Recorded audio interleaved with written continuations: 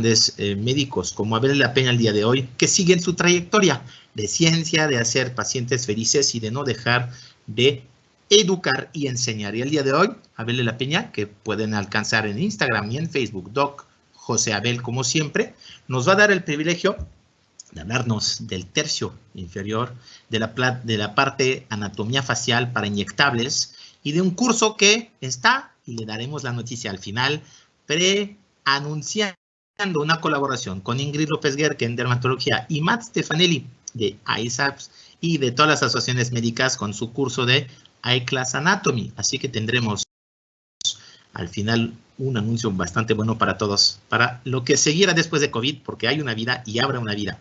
Agradezco al AMCEPER, agradezco al doctor José Abel por haber emitido una guía de regreso al consultorio y a la clínica, tanto en la parte quirúrgica como no quirúrgica, así que saludos a todos los residentes, a los adscritos que están en COVID, los médicos que luchan, el cuerpo médico que sigue en esos picos de pandemia y a todos los médicos que desde su trinchera y desde su casa están pensando en cómo volver y cuándo volver. Así que no dejen de consultar esa guía de la Asociación Mexicana de Cirugía Plástica, Estética y Reconstructiva, a la cual participaron varios médicos, incluyendo al doctor Abel. Abel, ¿cómo estás? Bienvenido. Es un gusto tenerte en esa segunda ocasión con nosotros para un gran tema de anatomía. Abel, hay que poner tu micrófono. Excelente. Ahí estamos, ¿no? Manu, como siempre, es un gusto y un placer. Perfecto, ¿ya te vemos? ¿Ya me escuchas? Ya te escuchamos. Perfecto. Pues sí, un gusto y un placer, como siempre, estar aquí. Y sobre todo, un gran saludo para todos los familiares que, así como la familia de Rafa Vergara, a quien queremos muchísimo, y todos los familiares de los médicos que han pasado y han perdido la vida en la lucha contra este COVID, que ha sido un desastre nacional, ¿no? Yo creo que es en el fondo de nuestros corazones. Necesitamos tener siempre presente que toda la gente que ha caído en manos de este virus y que ha perdido la vida y que ha dejado familias y todo, en la búsqueda siempre de mantener a la gente lo mejor posible. Así que yo sí creo que los médicos siguen siendo pues los héroes de esta pandemia y que han estado buscando a como dé lugar enfrentarlo sin tener miedo a las consecuencias. Pues gracias y gracias por esa frase. Adelante con tu presentación y el tema de hoy. Nos propusiste que justamente viéramos cómo ligar un tema de anatomía, como lo ha hecho Matt Stefanelli en pláticas pasadas, el doctor Redka, y justamente el cómo inyectar y cómo aprovechar ese conocimiento anatómico para mejorar el producto o la cantidad del mismo que vas a utilizar para tu procedimiento estético no invasivo. ¿Es correcto?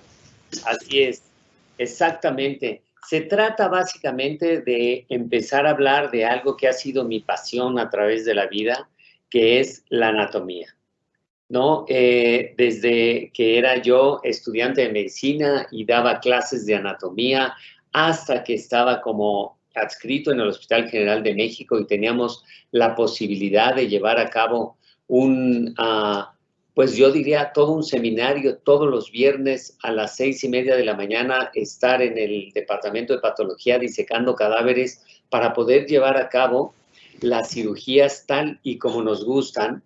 Yo creo que una vez que estás tocado por la sensación de la anatomía, es algo que no tiene vuelta para atrás.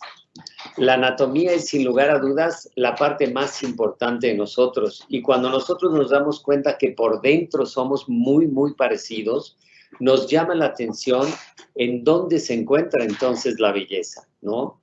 Porque, ¿qué es la belleza? Sino, simple y sencillamente, esta experiencia sensorial que a través de los sentidos es capaz de brindarnos placer. Pero existe dentro de las ramas de la filosofía una que se encarga de que nosotros podamos estudiar esta parte de la belleza y sin lugar a dudas, esta es la estética. Y entonces nosotros como cirujanos plásticos estamos obligados a entenderla, analizarla y obviamente a estudiarla para realmente poder hacer lo que durante tantos años ha sido uno de los eslogans más importantes de Filorga, que es que la belleza es un arte y nosotros lo hemos convertido en ciencia.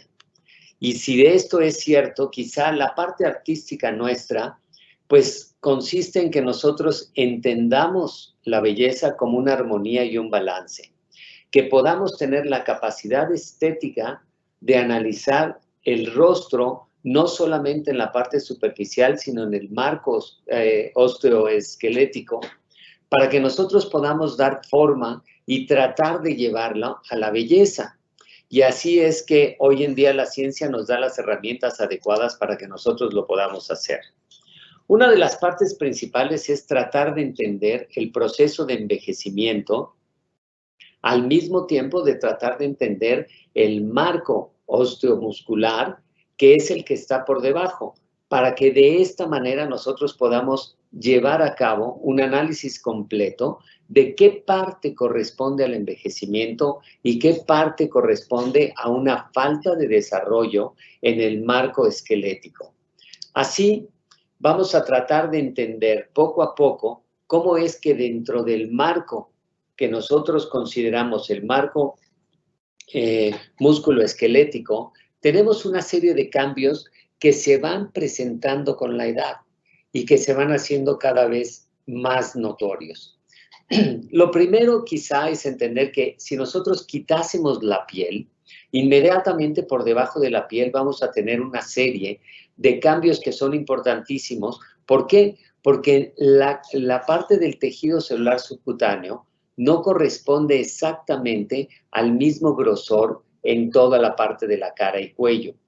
Tenemos una serie de cojines grasos que están entrelazados pero que son independientes y que estos se pueden ver prácticamente separados a través de los ligamentos. Y esto es lo que hace que durante el envejecimiento, el movimiento de estos colchones grasos, como el número 4 que ustedes pueden ver aquí, que es la grasa malar, y cómo se va haciendo más evidente el surco nasogeniano. De manera que si nosotros empezamos a analizar estos cojines grasos, nos vamos a dar cuenta que tenemos el cojín graso del surco nasogeniano, el cojín graso de la grasa malar, la bolsa de Bichat que viene desde la región temporal, y de esta manera, si nosotros entendemos esto, vamos a poder saber cómo podemos nosotros mejorar las condiciones para lograr llevar las caras a un balance, a una armonía. E inmediatamente entender que dentro de estos cojines, dentro de esta grasa y dentro de los músculos, pasan unas arterias que son la parte más importante que nos ayudará a entender por qué nosotros podemos en algunos lados colocar rellenos o inyectables y en otros lados no, porque el riesgo podría ser mayor. Podemos analizar cada uno de estos cojines grasos y entender por qué el surco nasogeniano se va marcando y por qué en la región palpebral empieza a tener una caída, ¿no? Entonces, aquí podemos ver, en esta disección en cadáver, cómo tenemos el cojín graso del surco nasogeniano y luego tenemos un ligamento clarísimo, que es diferente al ligamento órbito palpebral. Tenemos el ligamento cigomático y este va a ir encuadrando la grasa malar, esta grasa triangular que tenemos y que es independiente de la grasa del surco nasogeniano. Y después vamos a poder ver la grasa que corresponde al sistema músculo-aponeurótico superficial, que también va a ir bajando. Y de esta manera podemos encontrar estos 4 cojines grasos, pero que en la región más profunda vamos a tener también la grasa de Bichat dentro de los músculos masticadores, saliendo desde la región temporal hasta abajo. Esto quiere decir que en la cara, en la región externa, nosotros vamos a tener claramente unas capas que podemos ir levantando, de manera que vamos a tener la piel, luego la parte corresponde al tejido solar subcutáneo, luego al sistema músculo-aponeurótico superficial y luego los músculos y la parótida. Pero a partir del canto externo hacia la nariz, esto ya no es así, no es tan fácil como lo vemos aquí. Quiere decir que cuando nosotros analizamos la porción muscular, tendremos cojines de grasa por debajo de los músculos, como del músculo orbicular, y tendremos grasa por arriba de los músculos, como el elevador del labio superior. Y esto es lo que hace que nosotros, conforme avanza la edad, podamos ir notando cada una de estas regiones con grasa que se van marcando.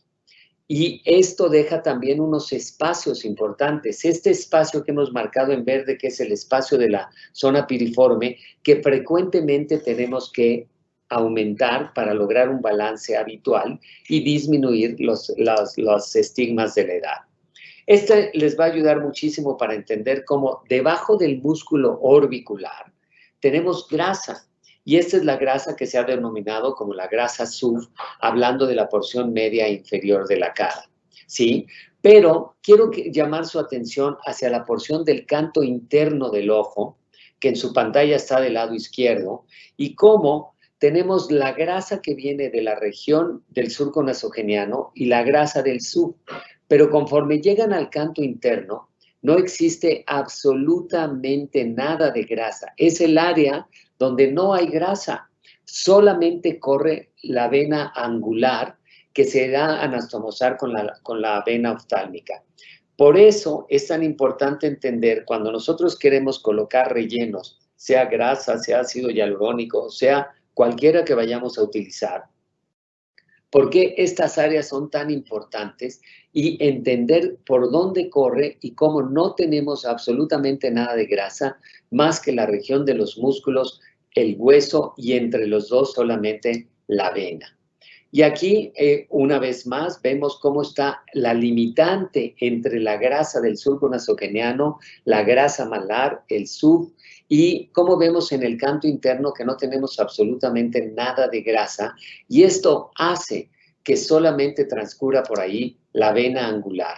Y sabiendo que la vena angular, como la podemos ver aquí, pues esta vena es una vena muy importante porque estará en contacto con todas las venas que están dentro de la cavidad orbitaria y que tienen una anastomosis, obviamente, con la vena retiniana. Nosotros, cuando estamos hablando de los ligamentos, a veces nos imaginamos que ese ligamento del cual estamos hablando, como los ligamentos, en este caso, el ligamento orbicular o el ligamento cigomático, son ligamentos puros, pero no es así. Ustedes pueden ver cómo en los ligamentos los estamos marcando en verde y como al inicio en el canto interno es totalmente verde y es una sola fibra. Pero conforme vamos hacia la parte externa, este ligamento se hace como un árbol. Y por eso es que cuando nosotros intentamos aumentar esta área para disminuir la sensación del ligamento, es tan complicado porque es como si fuese un árbol. Entonces, cuando nosotros queremos analizar el descendimiento de las bolsas de grasa, tenemos que ir entendiendo cómo corren los ligamentos que están periféricos a estas para poder mejorar las condiciones. Tenemos aquí en rojo la grasa que corresponde a la del surco nasogeniano, en azul tenemos la grasa malar, en el 6 tenemos por supuesto la grasa que corresponde a la grasa temporal de la bolsa de Bichat, que corresponde en los músculos masticatorios y llega a salir hasta la porción inferior de la mandíbula. De manera que nosotros cuando analizamos la cara del envejecimiento, debemos de empezar a tratar de ver cómo están descendiendo estos colchones de grasa y dónde corren los ligamentos, para que de esta manera nosotros podamos mejorar las condiciones. Pero no hay que entender una cosa que es muy importante. El marco orbitario, que es la parte más importante dentro de la región del envejecimiento, este marco orbitario no corresponde a un solo hueso, sino es un conjunto de huesos que forman el marco orbitario y que con la edad va a empezar a sufrir cambios. Evidentemente, no de la misma manera en la región superior que en la inferior. Y esto es lo que hace que nosotros podamos ver las diferencias entre las regiones caucásicas, las regiones europeas, las regiones africanas, las regiones asiáticas, porque este marco orbitario es el marco que va a empezar a tener cambios importantes durante la edad Y que si no tomamos en cuenta esto, no podemos entender por qué tenemos que hacer tantos cambios para que nosotros podamos hacer un rejuvenecimiento y que no todo es la caída de las bolsas grasas. ¿Qué pasa con el tiempo? Si nosotros analizamos la órbita de un hombre, nos podemos dar cuenta la distancia que hay entre el borde palpebral y el borde inferior de la órbita. Pero conforme pase el tiempo, en la mitad externa que corresponde a la porción del borde malar, en esta parte empezaremos a perder grasa, pero al mismo tiempo vamos a perder hueso. Y este hueso que vamos perdiendo va a hacer que el piso de la órbita se incline más o menos 20 grados y entonces la grasa va a salir y por eso es que las bolsas palpebrales empiezan a ser notorias, independientemente de que podemos tener una órbita positiva o negativa. En el caso de la mujer podemos ver cómo la forma de la órbita es totalmente distinta. Sin embargo, para la mujer es muy importante la región del borde que corresponde al maxilar. En este caso, esta región corresponde a la región del canto interno hacia la región del malar. Y si no tenemos un buen soporte en esta área, la posibilidad de que las bolsas de dentro de la órbita sean notorias va a ser mucho mayor. Y luego tenemos otra parte que es muy importante para el tercio inferior de la cara, que es la mandíbula. La mandíbula que nos va a dar el marcaje, pero que hay una diferencia muy importante entre el hombre y la mujer.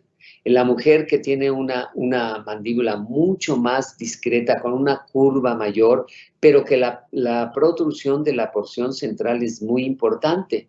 Lo mismo que la región angular, donde en el hombre debe ser muy proyectada, pero en la mujer debe ser lo suficientemente proyectada para mantener el triángulo de la cara. La segunda estructura que también es muy importante es el maxilar, porque el maxilar con el paso del tiempo va perdiendo volumen a nivel de la espina y de la región transversal, y esto va haciendo que haya un cambio importante. Sin embargo, desde el punto de vista racial, también hay maxilares más cortos. Nosotros, especialmente dentro de la región centroamericana, somos de maxilares cortos y esto hace que la forma de la nariz y la proyección del ángulo nasolabial sean tan chiquitos. ¿Por qué? Porque no hay un soporte adecuado y entonces la fosa piriforme es mucho más profunda. ¿Y a dónde queremos llegar con esto? A entender que con la edad vamos perdiendo volumen en la región del maxilar y nosotros en nuestra raza tenemos un maxilar muy corto, tridimensionalmente hablando. Y entonces, cuando se pierde la proyección del maxilar, lo que vamos a notar es que la nariz se hace más ancha, el surco nasogeniano más acentuado y evidentemente el músculo elevador del ala nasal tiende a ser más fuerte, haciendo que la nariz sea más ancha y el ángulo nasolabial más cerrado. Por lo tanto, entonces tenemos cambios a nivel de la región del borde orbitario y tenemos también cambios a nivel de la región del maxilar.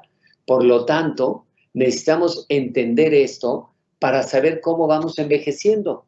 Si ustedes se dan cuenta, en este ejemplo que tenemos de un cráneo joven y un cráneo antiguo, pues nos podemos dar cuenta cómo el maxilar ha cambiado rotundamente, ¿no? Y cómo vamos a ir notando en esta diapositiva cómo se va perdiendo volumen a nivel del maxilar superior, haciendo que todo el maxilar sea más corto y cambiando la angularidad del piso de la órbita. Como les decía, más o menos unos 30 grados podemos hasta perder para lograr que las bolsas grasas sean mucho más visibles.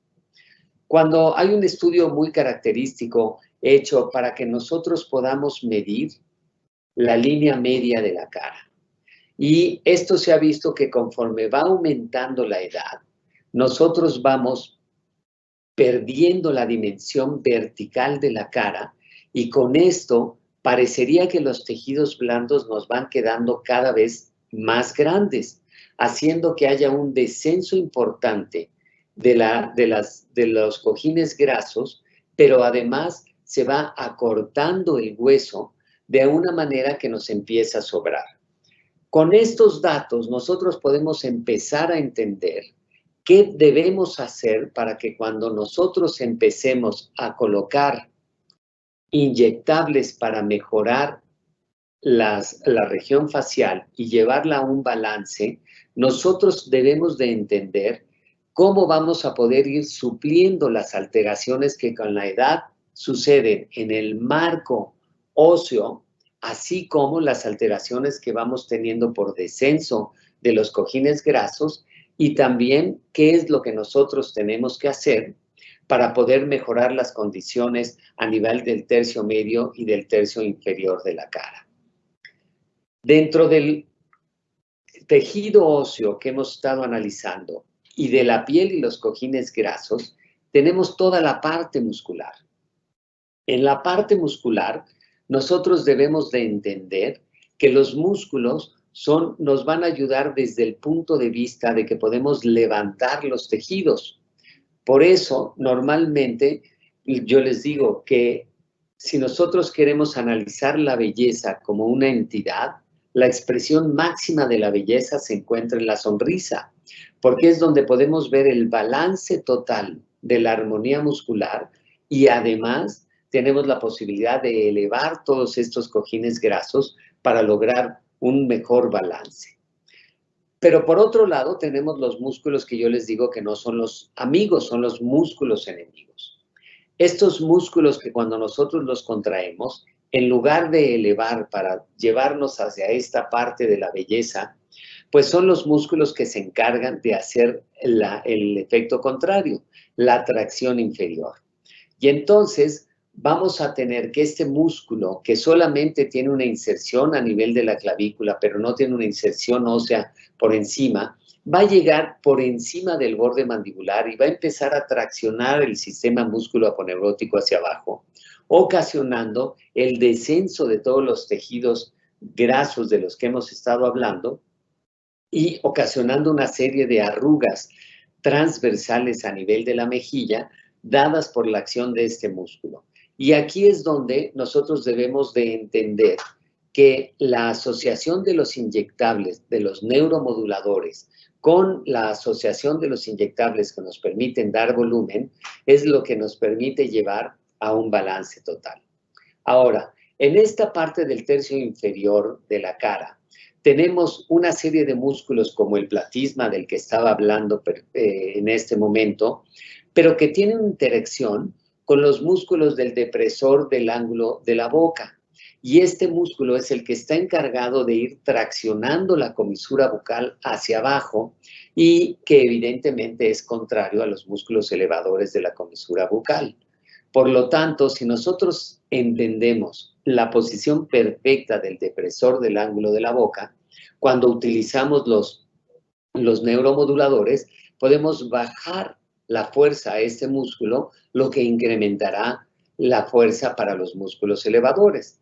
Y aquí podemos ver que la interacción entre el músculo depresor del ángulo de la boca con el platisma ocasiona una serie de arrugas a nivel de la mejilla que nos permite que cuando nosotros colocamos neuromoduladores en esta área, vamos a poder lograr un efecto benéfico en cuanto a la acción dinámica. Ahora, cuando estamos colocando inyectables, quizá la parte más importante de entender es cuál es la relación que existe entre las arterias principales que van a dar la vascularidad a la región de la mejilla en la porción central, y a esto me refiero evidentemente a la arteria y vena facial, que se comunicarán con la arteria y vena angular que llegan hasta la región de la retina, y por eso es tan importante el que nosotros conozcamos no solamente por dónde pasan, sino la parte más importante es saber que tienen una anastomosis con el nervio oftálmico y con la arteria retiniana, y que por eso es tan peligroso. Ahora, la arteria y la vena no pasan a nivel superficial del hueso, Y eso es lo que nosotros necesitamos entender. Necesitamos saber exactamente por dónde pasa la arteria facial cuando va en su ascenso para convertirse en la arteria y vena angular. Porque si nosotros entendemos el nivel a través del cual pasa, nosotros podremos estar utilizando los inyectables con mucho más tranquilidad, sabiendo que no tenemos la posibilidad de inyectarlos directamente y, por supuesto, en este caso donde la nariz la tiene en la mano derecha y tenemos la porción de la órbita en la región central y parecería que el ojo está viendo hacia la porción externa y vemos cómo hay una comunicación perfectamente bien entendida entre la arteria angular y la arteria oftálmica y retiniana. Este es el peligro máximo que nosotros necesitamos entender y por qué saber el espacio a través del cual pasa esta arteria para no poder lastimarla y mucho menos inyectarla. Igualmente tenemos todo el nervio facial que nos da la posibilidad de entender cómo se encuentra la disposición de todos los nervios que están inervados por el séptimo par. Y aquí tenemos en rojo marcados dónde se encuentran los ligamentos fuertes que mantienen la piel en su lugar, pero estos son ligamentos osteocutáneos, distintos al ligamento órbito-malar y al ligamento cigomático-malar, porque estos ligamentos van hacia la piel y no tienen una división entre las bolsas grasas. Así que cuando nosotros estamos colocando ácido hialurónico u otro inyectable a nivel del espesor, nosotros lo que queremos hacer es volver a darle esta turgencia a la piel para poder regresarla a su nivel. Es decir, queremos reparar esta pérdida del volumen que hemos tenido y a través de esto darle otra vez la imagen de juventud. Aquí podemos ver qué pasa o cómo se está dibujando una paciente cuando le estoy explicando cómo lleva a cabo el descenso de las bolsas de grasa y cómo es que cada una de estas tiene, a través de los ligamentos, tiene un marcaje totalmente distinto. Y cómo los músculos, que son los músculos contrarios a los elevadores, son capaces de ir traccionando hacia la parte inferior las bolsas grasas y el sistema musculoaponeurótico superficial, causando esta irregularidad en la mandíbula y causando esta serie de arrugas que ya todos entendemos y que necesitamos tratar no solamente con aumento de volumen, sino con los neuromoduladores que nos permitan disminuir, y aquí tenemos en blanco cómo marcamos a los pacientes para poder llevar a cabo la colocación de esto, para disminuir el depresor del ángulo de la boca y al mismo tiempo disminuir la acción del músculo platista. Y bueno, ¿qué pasa con la traducción a nivel de la piel de los músculos? Cuando los músculos son muy superficiales, en este caso el músculo orbicular, que al cabo de su acción va consumiendo un poco del panículo graso que tenía por encima y empieza a marcarse. Esto quiere decir que vamos a tener que disminuir con los neuromoduladores la fuerza, pero al mismo tiempo vamos a tener que colocar algún aumento que nos permita ir mejorando esta acción de las indentaciones para que nosotros, así como va perdiendo el espacio de la colágeno y la elastina, va perdiendo función, nosotros lo podamos reactivar a través de la colocación de los diferentes inyectables, como el ácido hialurónico, y que nos permita levantar nuevamente esto y que podamos tener cambios a nivel superficial y no nada más los cambios profundos que necesitamos, y de esta manera mejorar las condiciones. Dentro de todos los análisis que se han hecho para la colocación de los inyectables, hay dos factores que se ha visto que influyen muchísimo. Uno es la densidad del inyectable que estemos colocando, es decir, en este caso, si nosotros queremos ir a la parte supraperióstica, pues vale la pena utilizar un ácido hialurónico que tenga la suficiente densidad para mantener sus cualidades reológicas y que logren el aumento.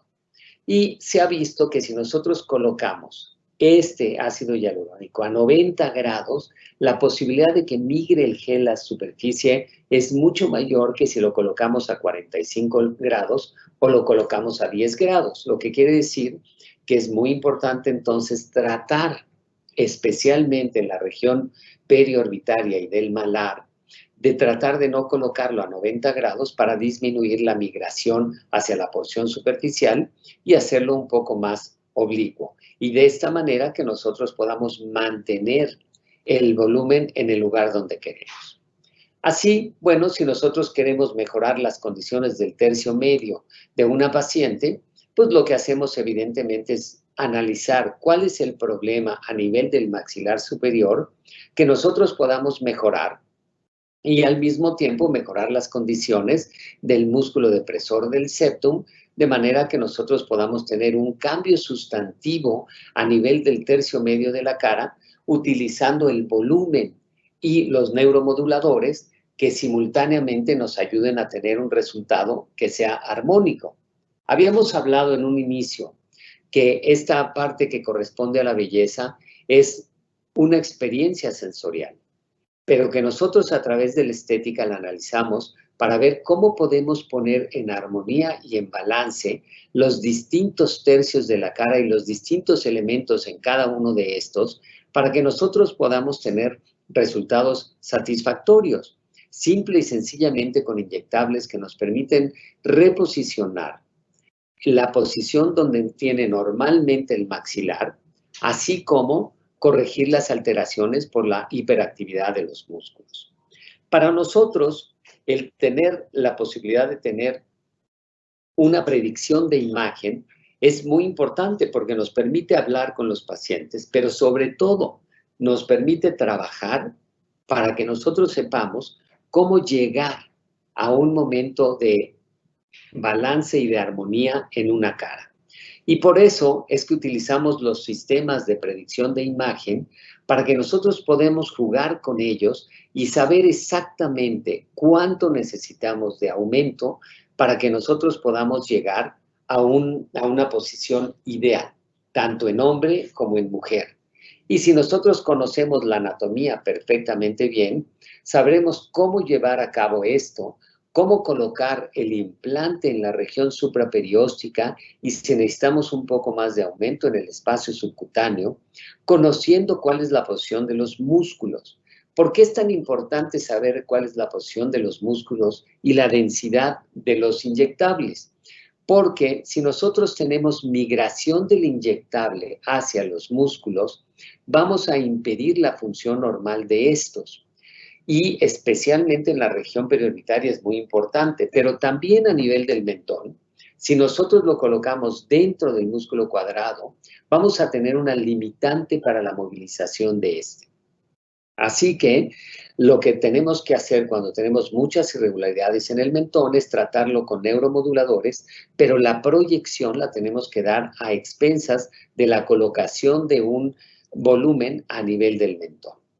Y cuando vamos a la región del surco nasogeniano, quizás es una de las regiones más importantes y más peligrosas, porque aquí sí se encuentra el paso de la arteria facial hacia la arteria angular y va pasando entre el espesor de los músculos, especialmente de los elevadores del labio superior.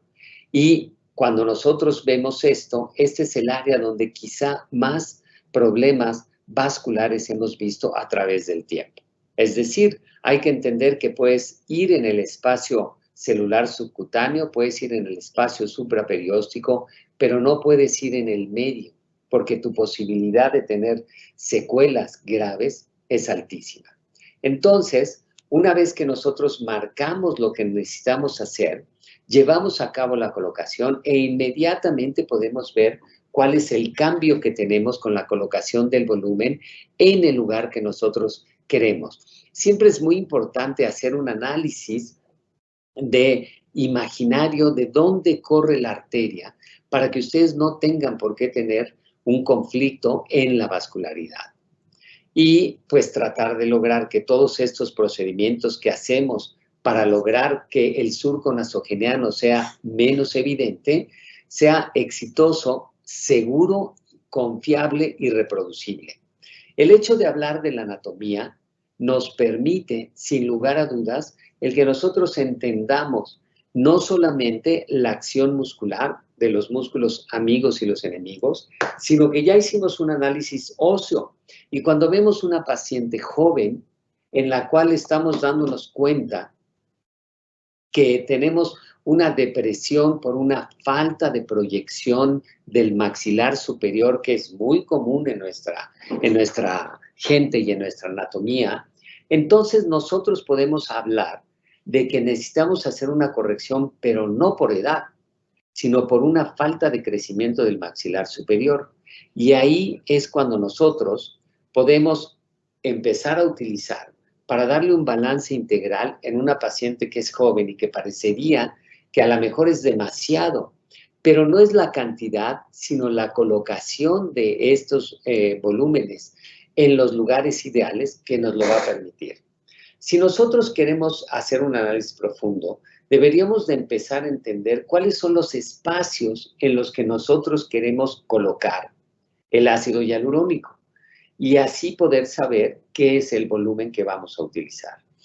En esta diapositiva estamos viendo cómo tenemos la colocación del ácido hialurónico en la región preperióstica para que nosotros podamos mejorar la condición del surco nasogeniano, pero al mismo tiempo estamos colocando en la región del borde orbitario para mejorar, obviamente, la tracción lateral y que con esto podamos lograr en el espacio real donde nosotros necesitamos el volumen. Cuando nosotros lo colocamos, estamos sintiendo en cada una de estas áreas donde estamos, acordándonos de la anatomía, para que nosotros podamos tener un resultado satisfactorio y que de esta manera nosotros llevemos el control del volumen de la y no solamente el control del volumen, sino que la ubicación sea perfecta y nos estaremos ayudando de los ligamentos para que este volumen que nosotros coloquemos quede en el mismo lugar donde nosotros queremos. Cuando nosotros estamos colocando en la fosa piriforme, y aquí lo podemos ver perfectamente bien, hay que entender que justo a nivel de la fosa piriforme hacia la órbita es donde corre la arteria angular. Y también corren todas las ramas del nervio infraorbitario. Y junto con el nervio infraorbitario también corre la arteria que acompaña, la arteria y la vena que acompañan al nervio infraorbitario y que se encuentran en esta área. Por lo tanto, es muy importante cuando nosotros colocamos esto, entender hasta dónde tenemos que ir para colocar el volumen del ácido hialurónico que queremos y de esta manera lograr un resultado satisfactorio. Aquí en azul y en verde tenemos los espacios donde nosotros queremos colocar el volumen para darle mejor actividad a los músculos y en verde tenemos toda la región de la parte central y lateral del espacio presigomático, que es el lugar ideal para que nosotros pongamos el volumen. Y de esta manera no tengamos la posibilidad de estar interactuando con los músculos. Y por otro lado, saber que la inclinación de la aguja nos permitirá saber si nosotros estamos a un lugar adecuado para que no haya una migración hacia los músculos y que tengamos como consecuencia una disminución de la movilidad. Por otro lado, tenemos también que tenemos un drenaje linfático y ya sea que el volumen lo demos con grasa o lo demos con ácido hialurónico, pues nosotros necesitamos entender exactamente bien en dónde queremos colocarlo para que tengamos un resultado satisfactorio. Y aquí lo tenemos ejemplificado para ver cómo llevamos a cabo esto, tanto en la fosa piriforme como en la región periorbitaria, para que nosotros podamos ir avanzando hacia la porción inferior del borde mandibular. Y aquí podemos ver cómo el resultado puede ser muy satisfactorio si nosotros todo el tercio medio de la cara lo tenemos mejorado a través de la colocación del ácido hialurónico, que lo vieron cómo fue colocado, y cómo inmediatamente después tenemos un resultado en armonía que nos permite tener a las pacientes desde el momento que se lo colocamos, sabiendo exactamente qué es lo que nosotros vamos a lograr. No queremos cambiar la raza de nuestros pacientes. Lo que queremos hacer, sin lugar a dudas, es meter todos los elementos óseos y la parte superficial en balance y que esto nos lleve a la armonía de la cara, a pesar de que tengamos unos rasgos, ¿no?, que pareciera que no nos van a ayudar. Pero si nosotros metemos en balance todos y cada uno de estos, podremos ver que el resultado puede ser satisfactorio. ¿Por qué? Porque estamos haciendo un efecto a través de los neuromoduladores para darle más fuerza a los músculos elevadores, a través del volumen para meter en balance cada una de las estructuras, y aunque parecería que la anatomía original de ella era una anatomía más hacia la raza indígena, cuando estos rasgos se convierten en armonía y balance, podemos tener un resultado satisfactorio. Y de esta manera, en cada una de las áreas, podemos ver cómo en los ángulos mandibulares tenemos un resultado maravilloso. Si nosotros combinamos el aumento de los ángulos mandibulares con el mentón, con la nariz, con los pómulos, lo que va a pasar es que podemos realmente una cara redonda convertirla en una cara angulada. Y de esta manera tener un resultado satisfactorio. En los labios no todo tiene que ser volumen. También la disminución en la fuerza del músculo orbicular y del depresor nos pueden dar resultados sensacionales.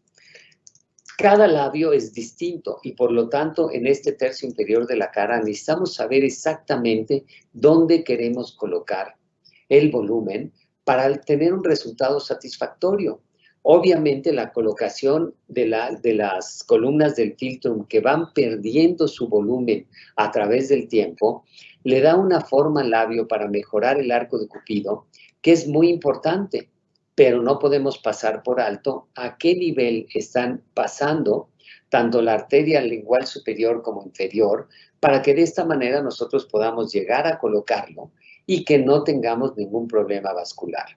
Obviamente también no queremos el poder lesionar la arteria coronaria para tener una alteración. Aquí podemos ver un pre- y postoperatorio de un labio en el cual hemos logrado mejorar el volumen sin exagerarlo y de esta manera tener un resultado satisfactorio, mejorando el arco de Cupido, las columnas del philtrum, el volumen del labio superior, el volumen del labio inferior, que sabemos que con la edad se va perdiendo.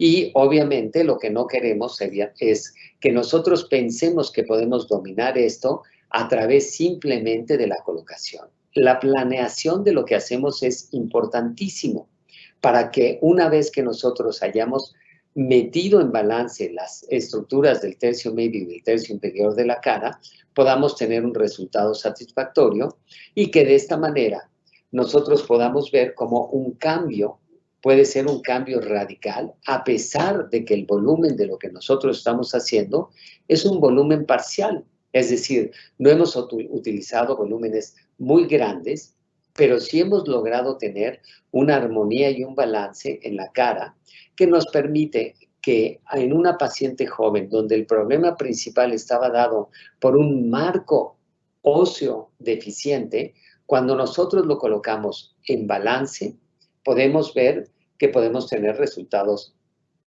espectaculares. Ahora, esto, sin lugar a dudas, se basa en un análisis estético que nos pueda llevar a la armonía y el balance. Siempre y cuando nosotros podamos estar planeando de forma adecuada lo que vamos a hacer.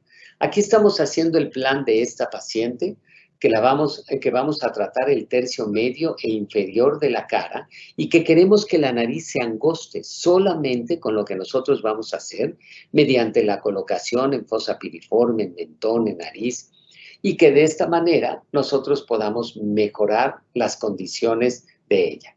Ahora, ¿cómo podemos saber si esto es o no es exitoso una vez que nosotros terminamos? Pues nada, es muy fácil. Nosotros tendremos la posibilidad de ver el resultado final una vez que nosotros tenemos terminado la acción. Es decir, logramos angostar la nariz, la respuesta es sí. Logramos angostar la cara, la respuesta es sí. Mejorar las condiciones del tercio medio y del tercio inferior de la cara, sí. Parecería incluso que mejoramos también la parte de la mandíbula a través del marcaje que logramos con la porción del borde inferior del mentón y que con esto logramos un resultado adecuado. Y como si nosotros vemos lo que queremos hacer cuando hacemos cambios más radicales, no solamente en el tercio inferior, sino hacemos cambios en el tercio superior, medio e inferior de la cara, ¿cómo podemos lograr que pacientes en los cuales parecería que es muy difícil llevarlos a la parte de la armonía, pues lo podemos llevar? Y esto se basa en analizar tres cosas distintas. ¿Cuáles son la posición de las bolsas grasas, la posición de los ligamentos y cómo se encuentra el marco esquelético que nosotros podamos mejorar?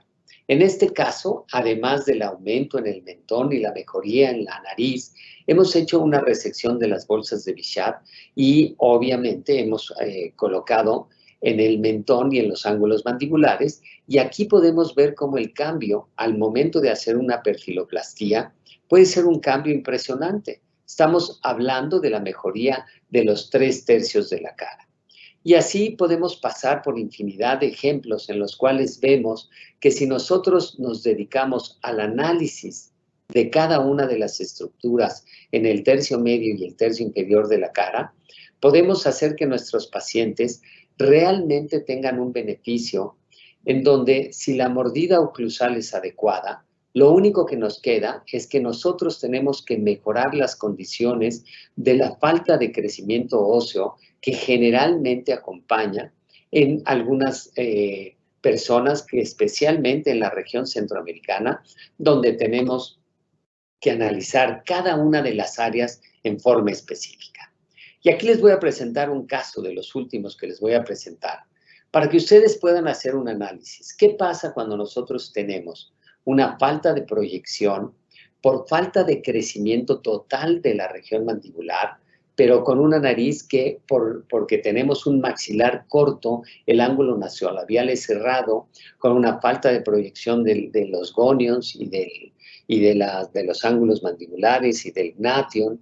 Y entonces, si hacemos un análisis crítico y llevamos a cabo un cambio sustancial, no solamente de la parte ósea, sino de los tejidos superficiales de la piel, y entonces podríamos hacer una transferencia en todo esto y lograr que una cara que en principio parecería que iba a ser muy difícil llevar a cabo una transformación, lo podamos hacer. Vemos cómo teníamos un tercio superior de la cara con un malar increíble, pero que teníamos ausencia total de la porción inferior.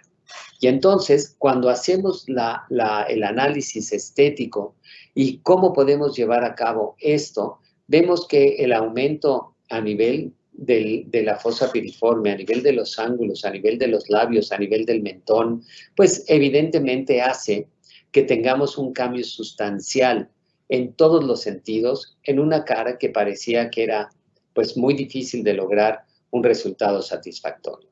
Y así el poder transformar no solamente la parte que corresponde al mentón o no solamente la parte que corresponde a la nariz, sino lograr una mejoría en los 3/3 de la cara que nosotros podamos valorar. Así que en cada una de las pacientes que nosotros podamos interactuar, debemos de analizar no solamente una parte, tenemos que analizar los 3 Estamos dando luz al centro del mentón para que nosotros podamos mejorar las condiciones.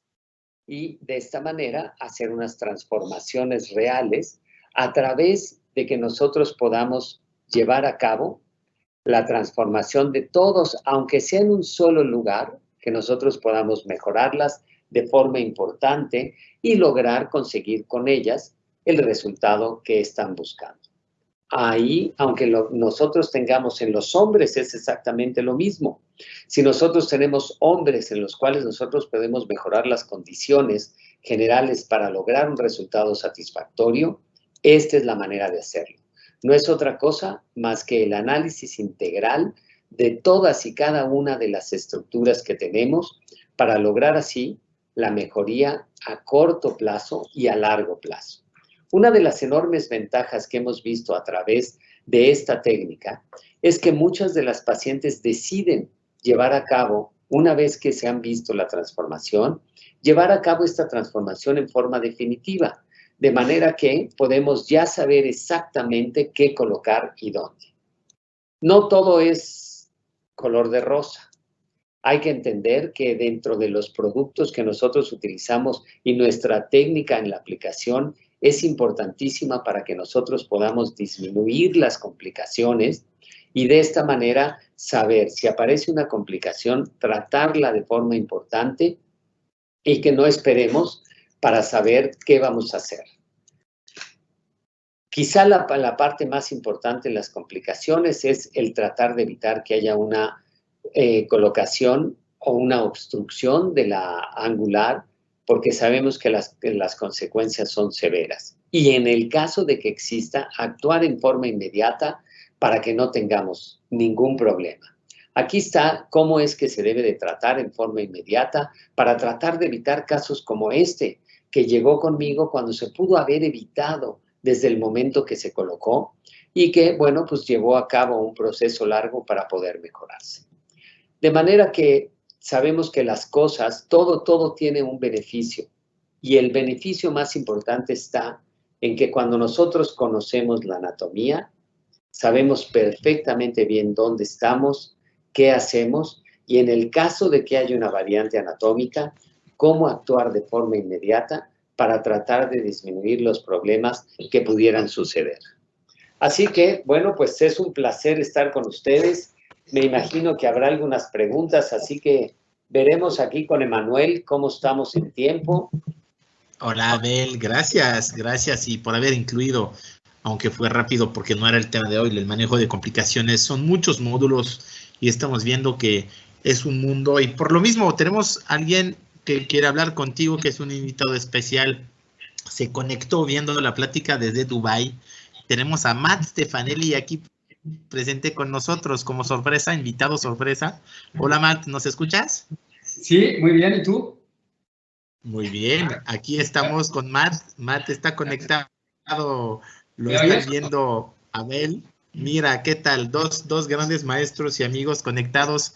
Y en un momento, Matt, nos platicas de iClass Anatomy Latinoamérica, que pues junto con Abel y la doctora Ingrid López Guerque, así como la doctora Berta Torres como secretaria, se va a lanzar para Latinoamérica. Hay un par de preguntas, a ver quién las contesta entre los dos. ¿Nos puede, por favor, contestar, Abel, la primera? ¿Qué tan factible sería de utilizar, pregunta Diana López, que te felicita, un visualizador de la vasculatura para guiarse antes de poner rellenos? ¿Es una idea loca o la considerarías? Yo creo que cualquiera de los, ya sea un Doppler, ya tengas un visualizador de las arterias, y si no, la palpación. Tú con la palpación a nivel del borde mandibular, donde transcurre la arteria facial, con tu dedo a nivel de la fosa piriforme y con tu dedo a nivel de la región del ángulo del canto interno, puedes hacer un trazo perfecto de por dónde transcurre la arteria y la vena angular para tratar de evitarla. Pero cualquier método que tengas para visualizarla es buenísimo. Perfecto. Matt, aprovechando que estás ahí, tú en los cursos que nos enseñaste, y Abel, hoy hablan de ácido hialurónico, pero también obviamente en los cursos de anatomía mostramos cómo utilizar otras sustancias de rellenos no hialurónicos como hidroxipatita de calcio. ¿Aplicaría, Matt, para el curso de anatomía el cómo usar esos productos también? Sí, ¿me ves bien ahora? Perfecto. Perfecto, sí. Hola a todos. Un abrazo a mi amigo Abel y a ti, Emanuel. Pienso que no es posible en el 2020 de trabajar totalmente ciego.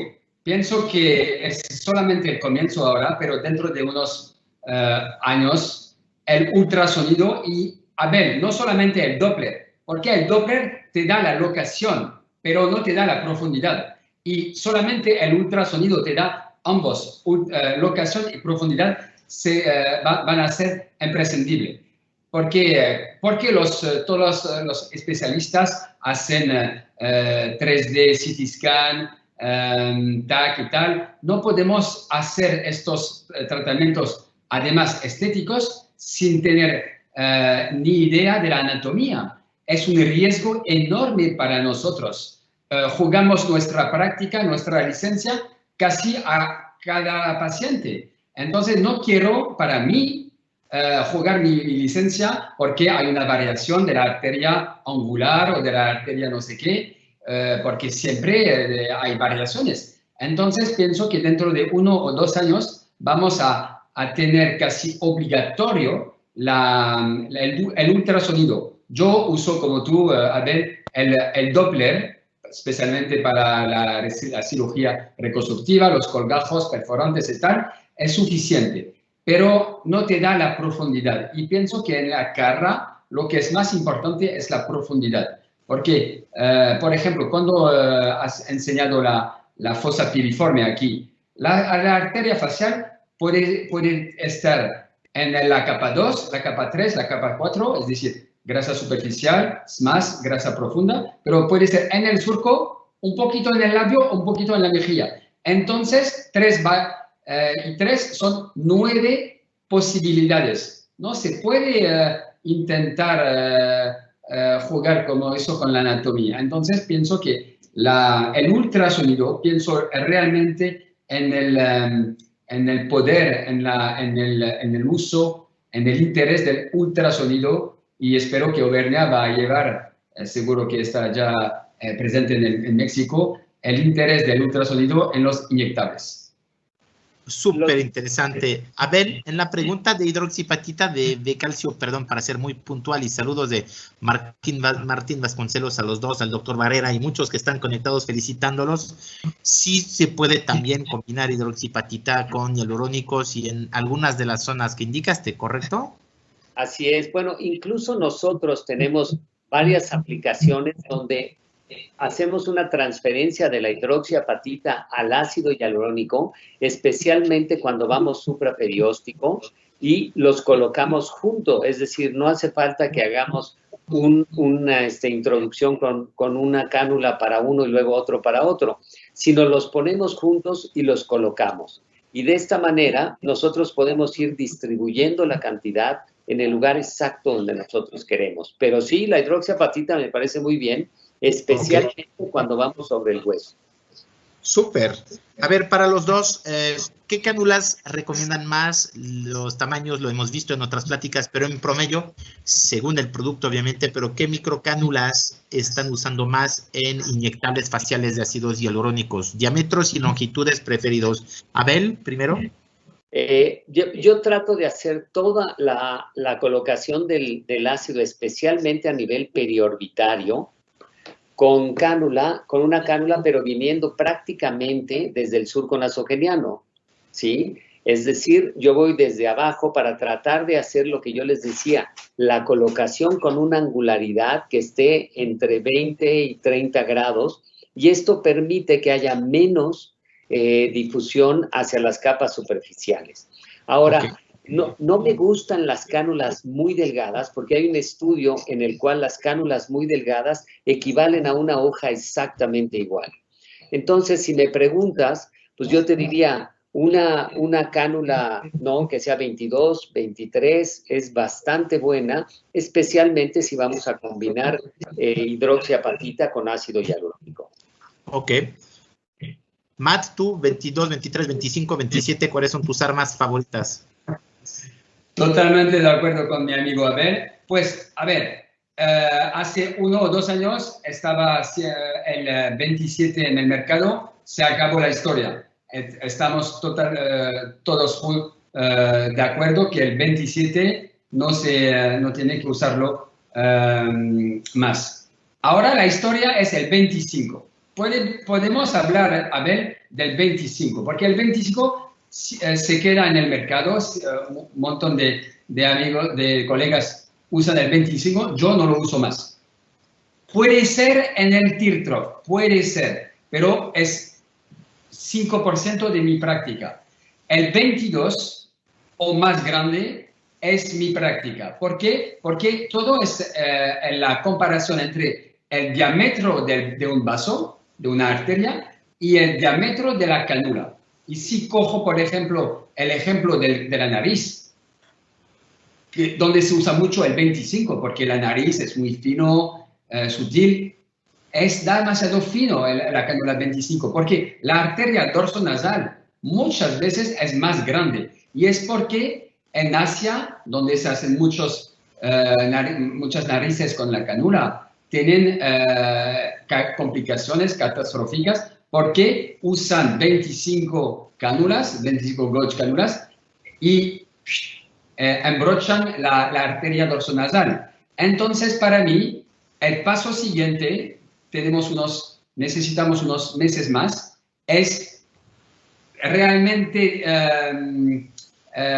evitar el 25, excepto puede ser en buenas manos el Tirtov, porque un 22 en el Tirtov es demasiado grande, es doloroso, pero tenemos que decir que el 22 es la cánula de seguridad, que más importante que el confort del paciente es la seguridad del paciente. Decimos safety first. What is safety first? ¿Qué es safety first? Seguridad primera. Es usar una cánula que es más grande que un vaso. Y te lo prometo, en la nariz, la dorsonasal, no las dos, pero una, la izquierda o la derecha, muchas veces es más grande que un 25. Entonces, espero que Abel, tú, yo y todos los demás vamos a transmitir esta información que el 25 es peligroso y en la nariz en particular. Ok. Y la segunda, quizá la otra parte que es muy importante es con respecto a la fuerza que tienes que emplear para entregar el producto. Cuando utilizamos una cánula 22-23, estamos haciendo mucho menos fuerza y podemos controlar más la colocación del producto. Cuando estás con una 27, tienes que hacer mucho más fuerza y ya tienes un producto que no va a estar bien colocado. Muy bien. Nos están viendo desde Cancún, María Eugenia Ross, y te felicita hasta Tijuana, el doctor Shakov, que preguntara al doctor Shakov a Matt si puedes contestar en privado qué tipo de ultrasonido tú recomiendas para los vasos, si lo puedes poner por escrito. Abel, te saluda Freddy Rodríguez, te saludan Arno, de Colombia, varios médicos desde Colombia conectados, preguntan qué cantidad en total utilizaste en algunos de esos pacientes de tercio inferior, total hialurónico, y si esas fotos de pre y post incluían nada más en la nariz en particular hialurónico o también proceso quirúrgico. La mayoría, por ejemplo, los pacientes que tienen bolsas de Bichat o lipo de cuello, ese es un procedimiento con anestesia local, pero es procedimiento quirúrgico. Pero el resto de los pacientes que presenté son pacientes en los cuales utilizamos ácido hialurónico y normalmente distribuido, como les decía, si vamos de arriba hacia abajo, vamos utilizando en la porción lateral de la órbita, en el borde de la órbita, en el surco nasogeniano, la fosa piriforme, los labios, el mentón, borde mandibular y ángulo mandibular. Hay pacientes en los cuales puedes utilizar hasta 10 mililitros para poder alcanzar lo que nosotros llamamos el perfil estético, ¿no? ¿Quieres hacer una perfiloplastía? Hago un cálculo de lo que voy a usar para que el paciente sepa desde antes, ¿no? Ok. Y algunos de esos casos tenían hasta 10 ml, pero la mayoría entre 4 y 6 jeringas, lo que tú acostumbras, ¿no? Debe tener alrededor, yo te diría, entre 3 y 4 cc. Perfecto, muy bien. Un par de preguntas más. Y resultados. En el plano mandibular, ¿en qué plano, en el perfilamiento del borde mandibular, en qué plano inyectas el ácido hialurónico y qué cantidad más o menos en esa parte, Abel, y tú después, Matt? En el borde mandibular, lo importante es que nosotros queremos resaltar el borde mandibular, entonces tenemos que ir supraperióstico y en el borde inferior. más que en el borde superior, es en el borde inferior, para que nosotros podamos marcar exactamente la diferencia entre el borde y la depresión que está debajo de él. ¿Coincides, Matt? Sí, para el jawline, el borde mandibular, tenemos dos opciones, superficial o profundo. Pienso que, Abel, yo, como cirujanos plásticos, nos gusta ir profundo. ¿Por qué? Porque sabemos que envejecemos desde el hueso. Si queremos tratar el problema donde está realmente, tenemos que inyectar en supraperióstico. Pero tenemos que mencionar un peligro, un riesgo al borde anterior del masseter, con la arteria, la vena y el nervio. Y yo siempre empiezo profundo, entonces el ángulo, después el masseter, evito el borde anterior del masseter, después el jaw no necesitamos, y después el pre-jaw, el mentón, sí, profundo. Y después, ¿por qué no? Como un complemento superficial para un touch-up, un toquito, o como una alternativa, porque, pero siempre para mí, y no sé qué opinas tú, Abel, si podemos ir profundo, mejor, porque va a tardar mucho más. Y siempre 12 meses, mejor que 6 o 8 meses para que los pacientes sean contentos. ¿Qué opinas tú? ¿Siempre mejor profundo o a veces prefieres superficial? No, yo de hecho siempre voy directo al espacio supraperióstico y una vez que el paciente regresa al mes, ahí puedo decidir si requiere algo subcutáneo.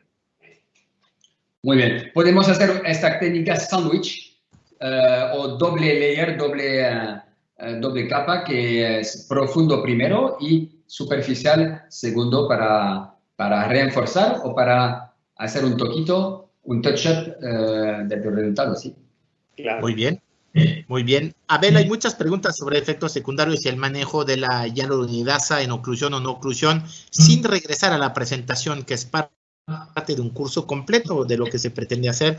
¿Cómo diluyes hialuronidasa y cómo la usas brevemente para que pasemos a la I-Class Anatomy ahorita para concluir? Perfecto.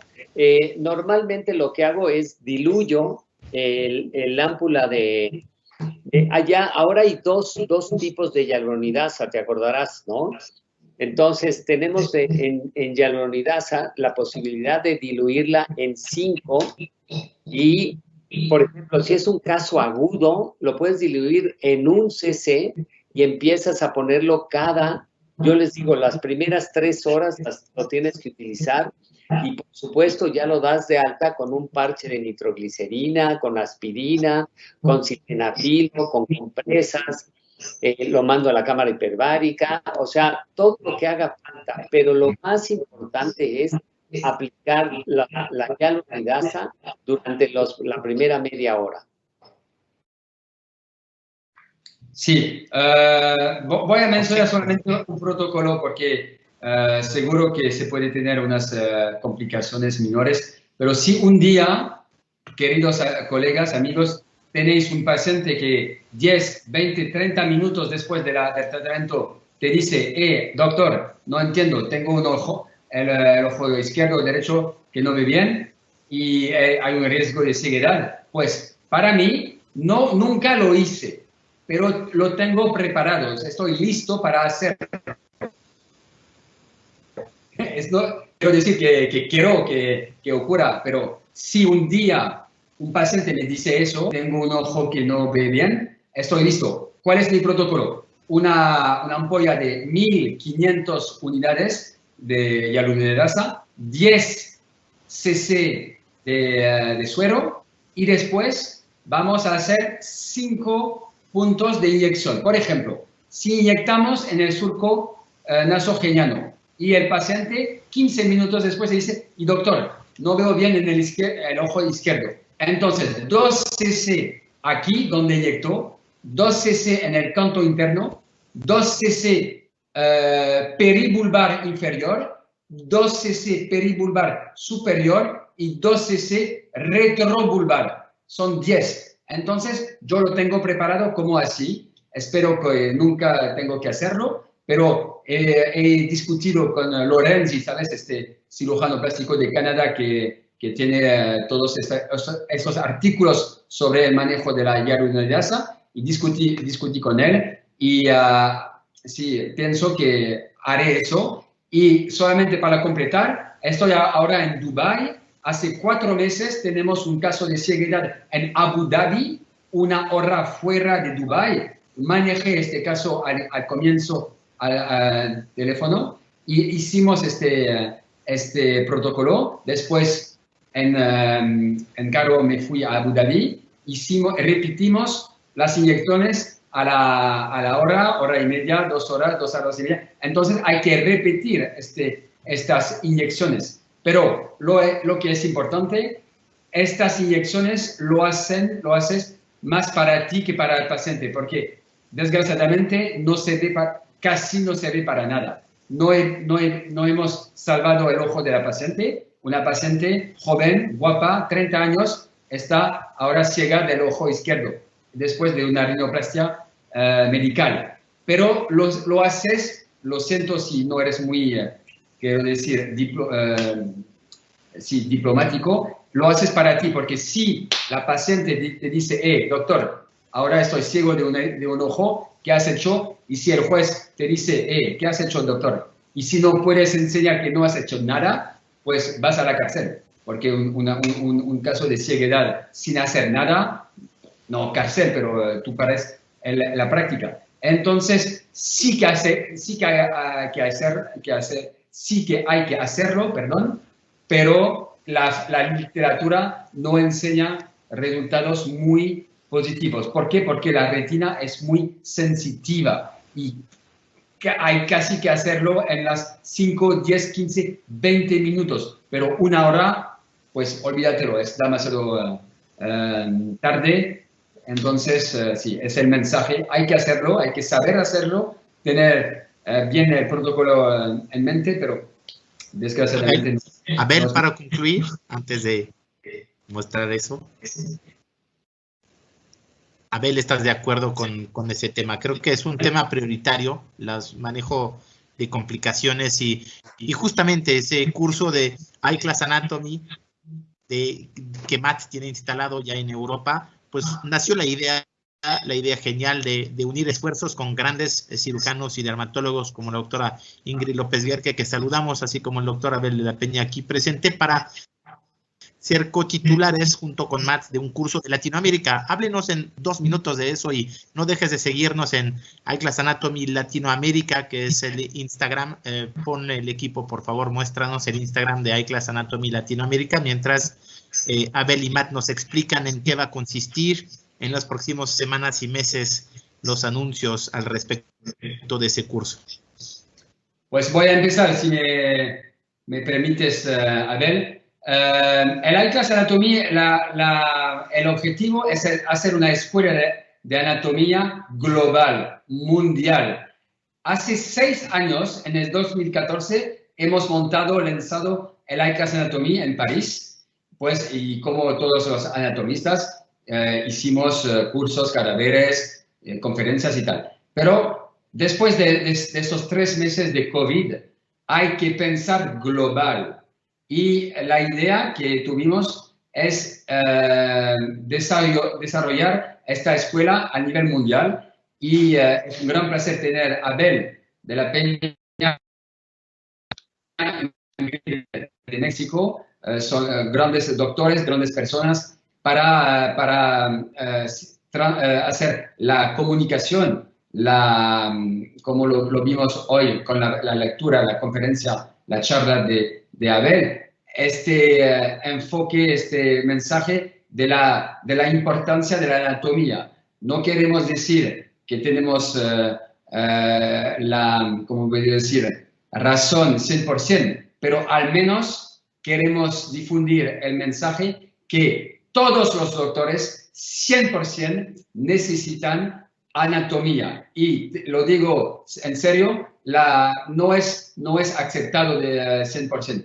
Puede ser que hoy en en esta conferencia de Albernia? Sí, porque estamos aquí todos juntos, pero hay muchos doctores y no doctores, además, que no lo tienen bien claro la anatomía. Entonces, con Abel, Ingrid y muchos doctores de otros continentes vamos a desarrollar este proyecto de anatomía con el iClass Anatomía Latinoamérica y el sábado que viene, el 13 de junio, tenemos un día completo. Abel, Ingrid, yo y 5 o 6 más doctores vamos a hablar 8 horas en directo de anatomía en detalle. Entonces, bienvenido y si queréis informaciones, por favor, conectar con Auvernia, Abel, Ingrid o yo, con placer. Gracias. Les mandaremos información. Abel, ¿de dónde nació esa idea de retomar los cursos que hacíamos hace unos años con toxina botulínica en cadáveres frescos? Va a ser la sucesión de webinars, cursos privados, obviamente, mediante una contratación de el curso global y presencial con cadáveres frescos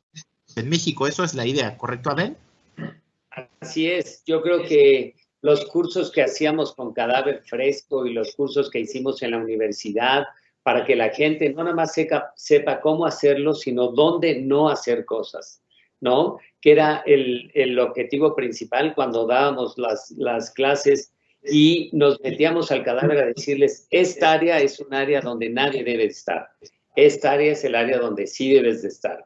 Y de esta manera hacerlo mucho más fácil y amigable, ¿no? Yo creo que una vez que te metes en el tema de la anatomía, es algo que no vuelves a dejar nunca. La anatomía se vuelve parte de ti, además de que siempre aprendes más y más y más. Y ahora que estamos interactuando con todas las 3 capas, desde la parte ósea hasta la parte cutánea, tenemos qué pasa cuando actúas con los músculos, qué limitaciones linfáticas, vasculares, de dinámicas. Es muy interesante la anatomía. Solamente un detalle, porque no he presentado nada hoy y aproveché y me gustó mucho la lectura, la charla de Abel, pero solamente una cosita, amigos.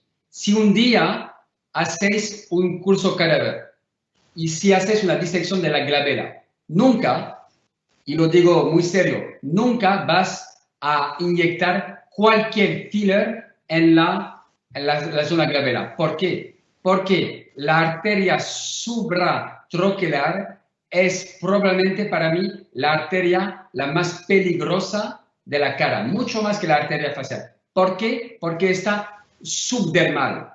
Subdermal significa pegada al dermis. Y para realmente realizar eso, verlo realmente aquí con tus propios ojos, hay que hacer un curso cadáver. Porque si yo te le digo, no me vas a creer. Pero cuando lo ves una vez, una arteria de 2 milímetros, justo por debajo del dermis, nunca me vas a preguntar, doctor, ¿puedo inyectar un poquito de filler en la glabela 15 días después de un botox? Nunca. Y tenemos casos catastróficos de inyecciones muy superficiales, casi de mesoterapia o de intradermal con ceguedad o necrosis de la frente. Entonces, lo interés de un curso cadáver, realmente realizar con tus propios ojos de los riesgos.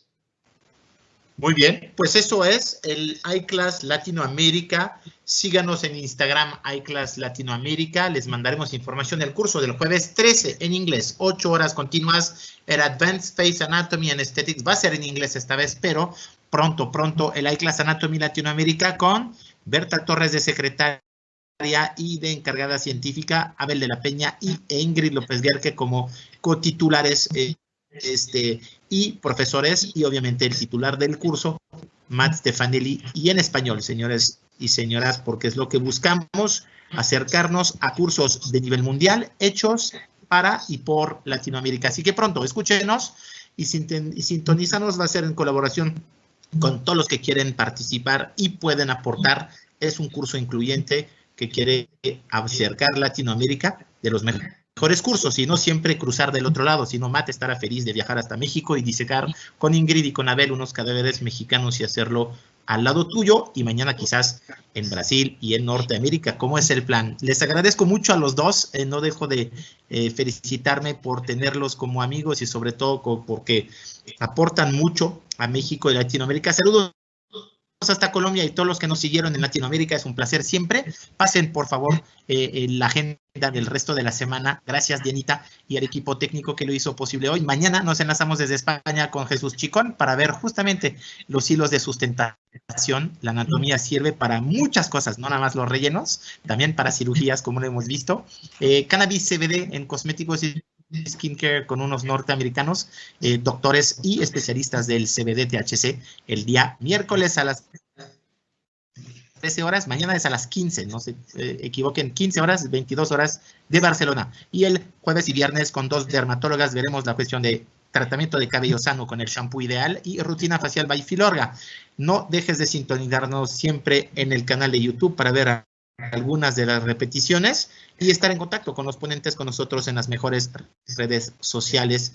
Quédate en casa, hashtag con Auvernia, en Auvernia Oficial, canal de YouTube, Auvernia Oficial, en Facebook, en Instagram, nuestras redes favoritas y pronto obviamente estaremos en día también en TikTok. Hay que ser modernos. Así que les mandamos un fuertísimo abrazo. Abel, ha sido un placer otra vez toda tu ciencia.